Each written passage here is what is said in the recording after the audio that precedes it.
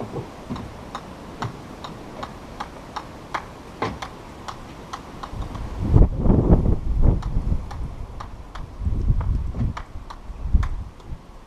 my name is Tom Holder, and I'm the lucky winner of this week's swing analysis. Thanks to Andy and Piers at Me and My Golf TV for taking charge of my game. Now let's take charge of your game.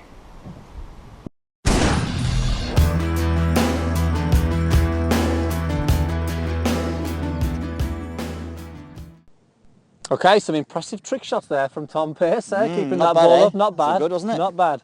Okay guys, so welcome to this week's swing analysis. We have Tom Holder from North Devon at Sawton Sands Golf Club. Very nice. Tom's a good player, he plays off 7 around that golf course. I've heard it's pretty tough, and from what Tom says, you need to drive the golf ball very well around there, which is something that he's struggling with. So congratulations Tom, hopefully we can give you some great things that you can work on.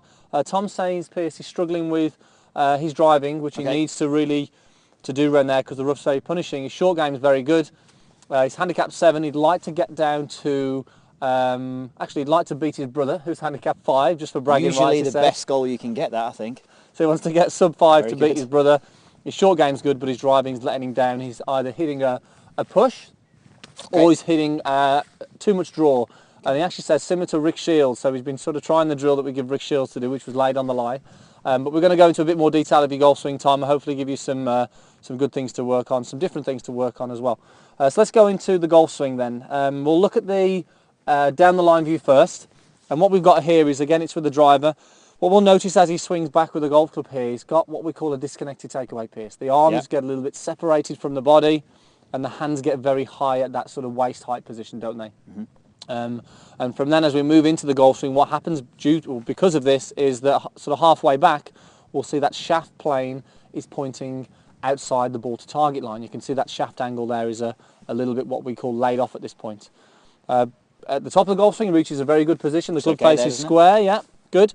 But as we swing down now, this is where he sort of gets the club a little bit underneath the swing plane. You'll see here, he starts the golf swing, the club gets underneath the swing plane, but also we have a little bit of what we call the early extension swing foot, where the hips thrust in towards the golf ball, and we lose the posture angles where the head and the upper body rises, the hips thrust towards the ball, and as we swing through the golf ball, we're swinging on a path to the right, and we'll see that club through impact and sort of on the way through there is very almost vertical on the way through. It's a very high upright finish. Hopefully he doesn't do too many practice on driving ranges with the lights above him. I'm not sure he can hit a driver on a driving range, because that's pretty high, that is, It Tom, is high, yeah. So that's the sort of into-out path there, and with that early extension fault. And this is why he gets either a push, either a really big draw, and your good shot would be, Tom, a draw, you'd say there, from that swing path. So let's look at the front view. There's a lot more good things going on in the front view, really good sort of body positions that you achieve. But if we just sort of highlight the halfway back point here, we'll notice that when the lead arm is parallel to the ground, we see a very small amount of wrist hinge. And this is sort of, linked in with that first part, Pearce. There's that very almost too wide, disconnected takeaway where there's no wrist hinge. But from then on, really, he does a pretty good job. From the front view, there's not many things that we sort of look and say, okay, there's issues there. But down the line view, obviously, is where we can see the main things going on. So it's more of a swing plane thing, really, Pearce. The face is doing a pretty good job. We need to fix the plane. Absolutely. So, first thing we need to look at then, Pearce, is just a bit of a swing drill that we can do to fix this disconnected takeaway in the backswing plane. Okay, so backswing plane. So there's a few ways of looking at this, and it's quite interesting that Tiger Woods has just changed his golf swing a lot with Chris Como. We're actually going to give you a little bit of what he was doing with Sean Foley, because I think don't think that we're going backwards here. He obviously did a lot of good work with Sean Foley, but the big thing with Sean was that he worked on not hooking it. Well, actually, that sounds like that's a good thing for you. So we do need to look at changing that backswing and how that works. And thinking of another player, Mike Weir, the Canadian golf, obviously left-handed. If we looked at what he did with his practice waggle before he hit a shot, that's actually pretty much something that we'd ask you to do as well. So in the setup's really solid, Andy, isn't it? Really like his setup. Good. You can see he works at it. Yeah, absolutely. So, but then as he goes into his backswing, as you said, it does get high and disconnected. So what we want is a more connected takeaway. So the feeling of the handle of the golf club staying lower into the backswing. So you can see if I do this a few times, you'll notice that the body is rotating, the arms. My arms almost feel pinned to my body as though they're not really doing anything.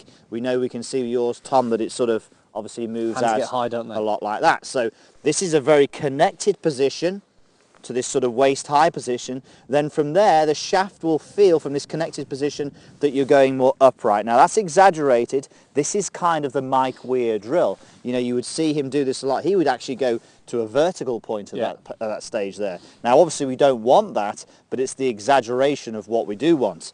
So from here, connected to here, then as you go back up, you'll see that from now I've got the wrist setting, and you can see that that shaft there, hopefully Andy, is pretty much pointing at the target line now. Yes, so that's the position that we'd like to see you in, where this shaft now is pointing more down to this target line as opposed to out there, and you can see, like I say, much more connected and on plane from there. Okay, so that again, so back to here, connected, and then from there on plane. So now we have a better wrist set, we have a better swing plane, we are much more ready now for a good golf swing and a good downswing piece. Okay, so we need to obviously now give you something which is going to allow you to get the path of your club less out to the right, because obviously that's the big problem. We know from your video there that, and you were swinging down, the hands again and arms very disconnected from the body, and the club would go out there. So the first thing we want is a drill for the early extension swing forward, where those hips are coming in. So let's go through the drill first for that then, Piers, and then we'll put it into a motion with the golf club as well. Okay, so golf club across the shoulders. Notice I'm putting the grip end on the lead shoulder. Now, what I'm going to do from here is I'm going to do a backswing, and I'm going to feel that I hit the ball with the club head. We call this brush the floor. So I'm feeling that I'm getting the club head to brush the floor. So you can see as I'm doing this, I am maintaining my posture. I am not early extending. If I were to early extend where my hips thrust up, that club head can't get to the golf ball, as you can see, and it sort of raises up. And your head, you'll notice, goes up. It has to go up because as your hips go forward, if your head doesn't go up, you're going to lose your balance. So it's just obviously an intuitive way of keeping your balance. So from here, brush the floor, maintain that posture. When you do this several times, if you did this 10 times in a row, I guarantee you'll be feeling muscles working differently in your golf swing. Yeah, so I think one thing you'll see from this as well, Tom, is that you're going to see a lot more rotation through the ball here, as opposed to, we know that you go this way, and because you go in, it lacks rotation, the club goes up in the air, and that's why the club swings out. So this is almost a feeling of what your body should be doing to help you achieve and get a better path, really. And then we can link it in, you can link that feeling in when we've got the golf with Yeah, absolutely. absolutely. So we've got another thing we're going to work on here with him. Okay, head cover. Okay, so what we're going to do is we're going to place the head cover on the ground, inside the golf ball and behind it. So it's inside the target line and behind it. Now you probably need to mess around with this a little bit. It's a couple of feet there. It depends on the size of the head cover and the height of it. But if you put that in there, and you were to imagine now that you were to do your old downswing where you bring the club well underneath the plane, there's a really good chance that you're going to hit that. Yeah. So the good thing with it being a head cover, it's nice and soft. If you do hit it, it's not going to hurt you or damage anything. But by putting that club in there like so, you are not going to hit that ball with your old downswing. So your job is to miss that head cover. Now I know what Tom's been doing. He's been doing the sort of the drill we did for Rick Shields, where he put the water bottle here. So this is a bit of a different one. This is actually a little bit harder. So you have to get the golf club more in front of you now on the way down, and then combine that with the feeling of turning, and sort of combine it with the brush the floor fin. You can see how Piers is maintaining his posture better there and rotating into a better position. And you can see actually on the way through there how much that club is is lower, swinging, isn't it? Yeah. is swinging a lot lower on the way through as opposed to pointing up towards the sky. Okay, let's piece that together then. So connected takeaway. Sounds quite complicated, but once you get a flow for this and do lots of practice swings, you'll be okay. So connected takeaway, wrist set on plane, brush the floor feeling as you swing down, missing the head cover.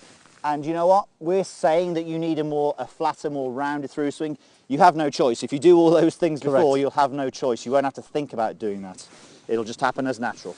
It's a combination of getting all those working together, really. So, okay, should we hit a shot? Okay, I'm going to be interested to see if Piers can miss this. So Piers is going to have to work I don't think I can, hard. Tom, by the way, because this is my fault as well. Piers is going to have to work a little bit harder to miss this. Nudge it back a little bit, yeah? Maybe a little bit. We'll Aim make a it bit hard further for you. over to the left. Okay, let's have a go then. So, connected takeaway is my main thought. I'm expecting a And then fade from here, there, Tom. miss the head cover. So I'm going to go connected takeaway and then miss the head cover. I won't think of everything in one go. All right, here we go. Look at that. Nice gentle fade. A little power fade there. Perfect. At the flag. Might be Almost on at the green, that one. Almost there, almost there. Like it. Okay, so Tom, there's a few things obviously there. You know, we want to give you as much as we can possible. to help you go away and put that into practice. But hopefully we've identified a few areas there, a little bit different to Rick Shields, where we can just set that club on a better path, highlight some of the body issues, and then get that club working on a better plane on the way down. I think the good thing is, from what we've seen from Tom, the way he's approached this with the videos he's shown us, with everything set up and really done it very professionally, you're obviously a practicer, so you're obviously able to go and do this. And obviously the winter's here now as well.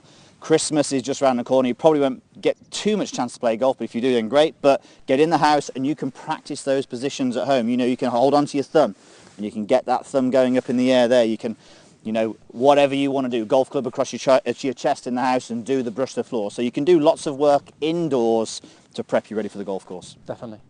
Okay, so hope that helps, Tom. Post your comments down below. We'd love to hear from you again, guys. Hope that gives you some information there, and useful information about playing and all the rest of it. There's some body angles and swing faults, lots to talk about. Please post your comments down below as well. We'd love to hear from you. What are you struggling with? What would you like to improve this year? And if you want to have the chance to win a swing analysis, make sure you go to Facebook, Twitter, but also the Instagram. Make sure you check out Instagram, Me and My Golf, and you can enter on all those there. Make sure you subscribe if you don't subscribe as well. Click the subscribe button and you won't miss a video then. Absolutely. Don't forget, next week, guys, as well, it's our Christmas week video. So we've got course vlogs galore. So Riverwalk, Riverwalk's in California. We've got Turkey rematch against Rick Shields and a little bit different. And also a course called, what was that one? Grand Del Mar. That was pretty good. Worth watching that one as well. Cheers, guys. We'll see you next week. Thanks for watching.